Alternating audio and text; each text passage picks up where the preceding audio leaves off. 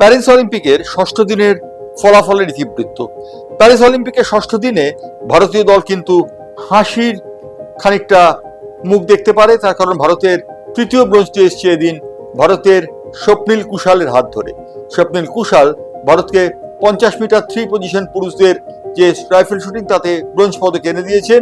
স্বপ্নিল কুশালের এই পারফরমেন্স নিঃসন্দেহে উল্লেখযোগ্য, কারণ স্বপ্নিল আমরা জানি বিভিন্ন প্রতিযোগিতায় এই ইভেন্টে ভালো করছিলেন। শেষ পর্যন্ত অলিম্পিকে তিনি বিশ্বের 3 নম্বর স্থান পেয়েছেন।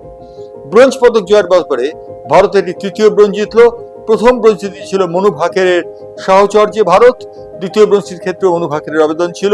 অর্জুনের সঙ্গে তিনি জুটি বেঁধে মিক্সড ডাবলসে ব্রোঞ্জ এনে দিয়েছিলেন ভারতকে এবং তৃতীয় ব্রোঞ্জটি আনলেন স্বপ্নিল।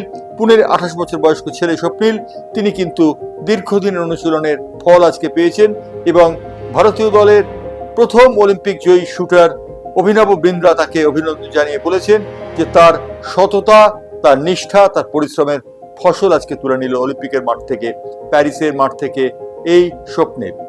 স্বপ্নিল এদিন ভালো করলেও ভারতের প্রিয়াঙ্কা গোস্বামী কিন্তু মেয়েদের 20 কিলোমিটার রেসে তারা খানিকটা 41তম স্থান নিয়ে সন্তুষ্ট থাকতে হয়েছে। অন্যদিকে ভারতের পরমজিৎ এবং বিক্রম তারা 37 এবং 30তম স্থান নিয়ে 20 কিলোমিটার পুরুষদের রেসিং এ তারা খানিকটা পিছিয়ে পড়েছেন। 20 কিলোমিটার ওয়াকথান ছিল এটি এবং সেই 20 কিলোমিটার ভ্রমণে তারা 30 এবং 37তম স্থান পেয়েছেন। ভারতীয় হকি দল যারা ইতিমধ্যে কোয়ার্টার ফাইনাল খেলার যোগ্যতা অর্জন করেছে তারা বেলজিয়ামের কাছে আজকে পুলের শেষ ম্যাচে 2-1 গোলে পরাজিত হয়েছে।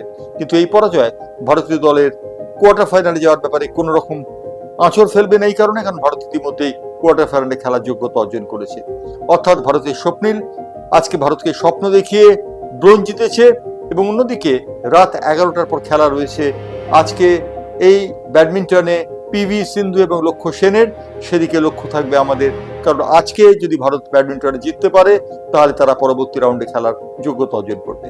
এই ছিল প্যারিস অলিম্পিকের ষষ্ঠ দিনের ইতিবৃত্ত।